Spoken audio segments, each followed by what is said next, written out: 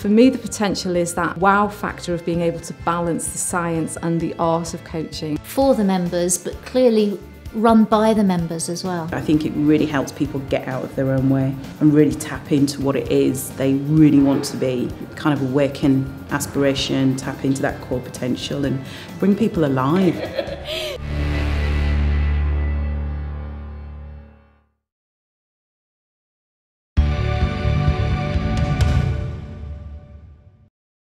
Coaching works because I think that it shines a light. It shines a light on people's development.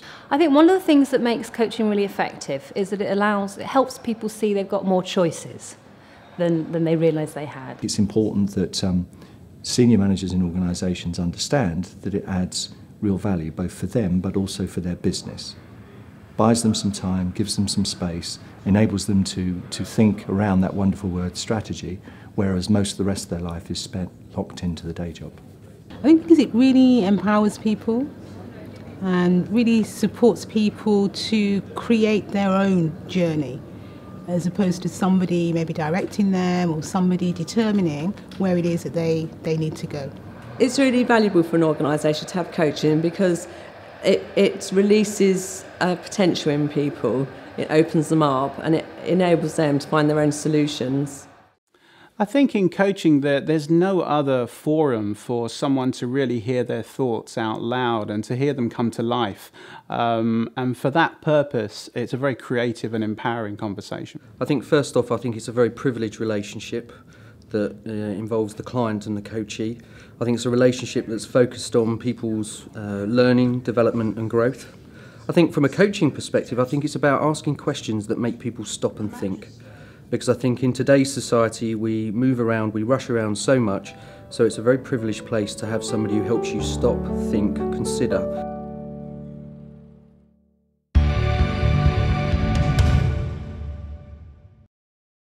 I think the proof's in the pudding. You just need to talk to people who have experienced coaching themselves.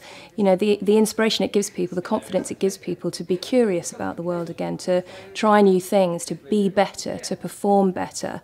The benefits for an organisation to use coaching with its employees are endless. Coaching's really changed the way that I behave at work. It makes me more considered in the way that I'll go into, whether it's a meeting or a one-on-one conversation. It's about injecting a little more sort of mobilisation and helping to, although a lot of resilience is already being built by a number of interventions, it's really helping them to, I suppose, accelerate that resilience, bring it to their awareness and kind of get a greater sense of who they are. I think there are two key things that you need to consider with coaching. One is when an employee is facing a particular problem, that a coach can come in, offer very specific advice and help them get through it. And I think the second is actually picking out employees who will really benefit from preemptive coaching to give them the tools they will need to progress in their career and become great leaders.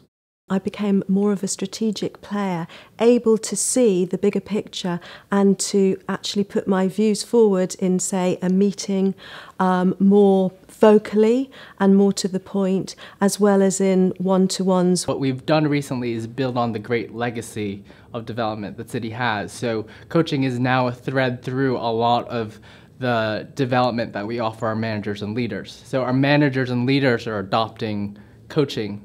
I think our ExCo committee, who are our executive committee within TalkTalk, would be saying about coaching that it gives them an opportunity to give something back to their managers and leaders who work for them, to not only develop somebody holistically in terms of that kind of mind, body and spirit, but also give them confidence to lead in a 21st century PLC.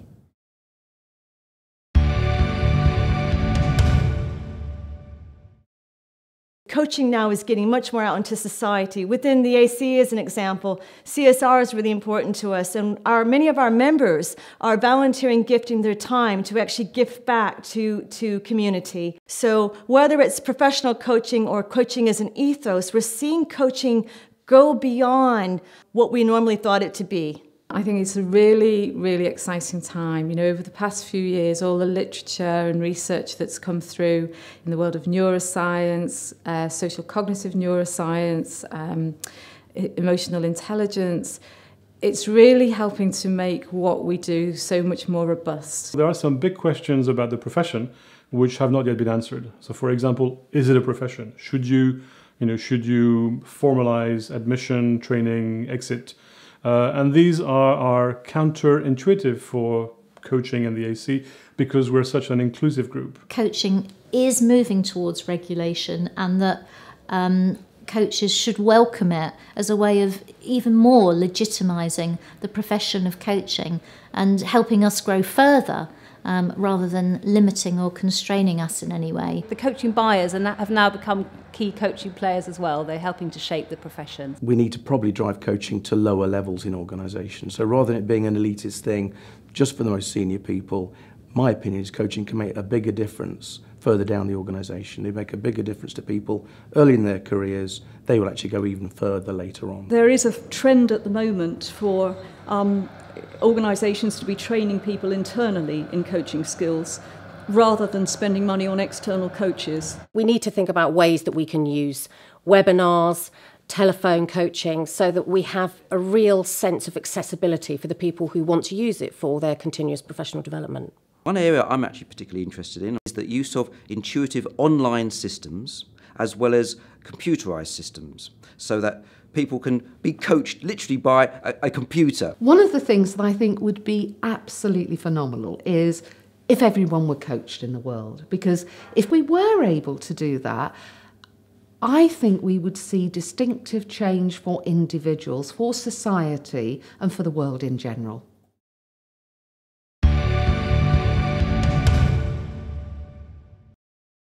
One of the big benefits of joining the AC is that they get a chance to network with other coaches and have a sense of community. Alongside that, I would say huge advantages of taking part in things like co-coaching events to develop their coaching practice, but also to meet other people and see great speakers at the events that we hold. Ethical, exciting, entrepreneurial, forward-thinking, highly professional, innovative, collaborative, and that's just some of the words that we use, and we're all of that and much more. Being a member of the AC gives me an added credibility. It gives me connections to other fellow professionals, and it keeps me in touch with the thinking and developments within the world of coaching. It's very much, the ethic is very much about serving people. So it serves coaches and it serves the coaching profession. Professional, okay. Inclusive. The AC welcomes all forms of coaching from all walks of life, and interested. Having something like the association that can really provide some filters and some help to ensure that all coaches are the very best they could be is hugely important in providing confidence to organisations like the one that I work in. They give us access to the network of fabulous coaches in the coaching community. I think they give us access to thought leadership to make our coaching practice top-notch. We now have 5 books out now with Partners Hogan Page around coaching best practice, going on our 6th. We have an academic journal. We've had a number of successful conferences, international and regional conferences, always bringing in the best speakers. We have co-coaching forums. There's members-led portals that brings community of best practice together. There's just so many ways that the AAC connects its members, but also connects coaching and advances coaching. We've begun the journey now to connect with the other leading bodies to set a common purpose, a common set of principles, a framework around accreditation that's really important for our profession because it ensures that we are credible and that we are walking our talk, if you like, really showing that sort of coach approach. There are so many events people can go to. You know, it's an overwhelming selection at times, and it's a shame there's not enough time to fit everyone in. There's just so many, and it's different networking groups, events. They get top speakers at events too. And of course, we have our local and international conferences. You know, what more can you ask from an association?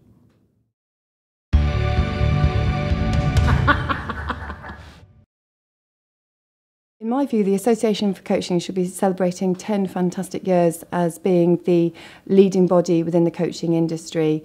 They've come a long way, they do lots of research, they provide lots of development and support for their members, and they really are the most reputable organisation within the coaching industry. So that's something to be really proud of. I think one of the things as the AC that we have to celebrate over this last 10 years is the fact that we've been at the forefront of professionalising coaching. And we've made a difference in terms of accreditation. We've made a difference in terms of standards, ethics, looking at the needs of coaching purchasers and really pushing coaching into something that not only adds value, but that we're really helping individuals notice that it adds value.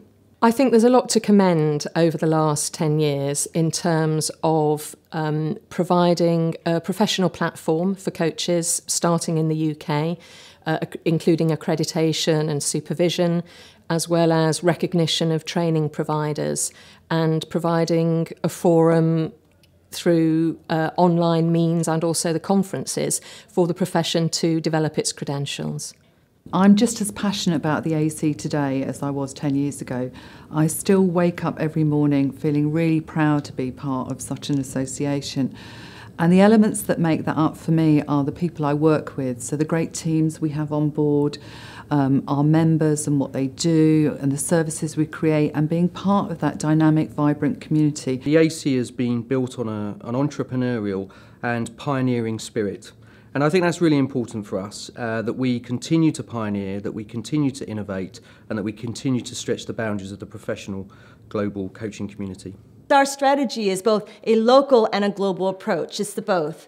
And so what's really exciting here is actually speaking to members across the globe about what does coaching need in their respective local markets, what do we need to do to support them, and how can we do that? We now have a presence in 45 countries, and I'm really excited about seeing that grow.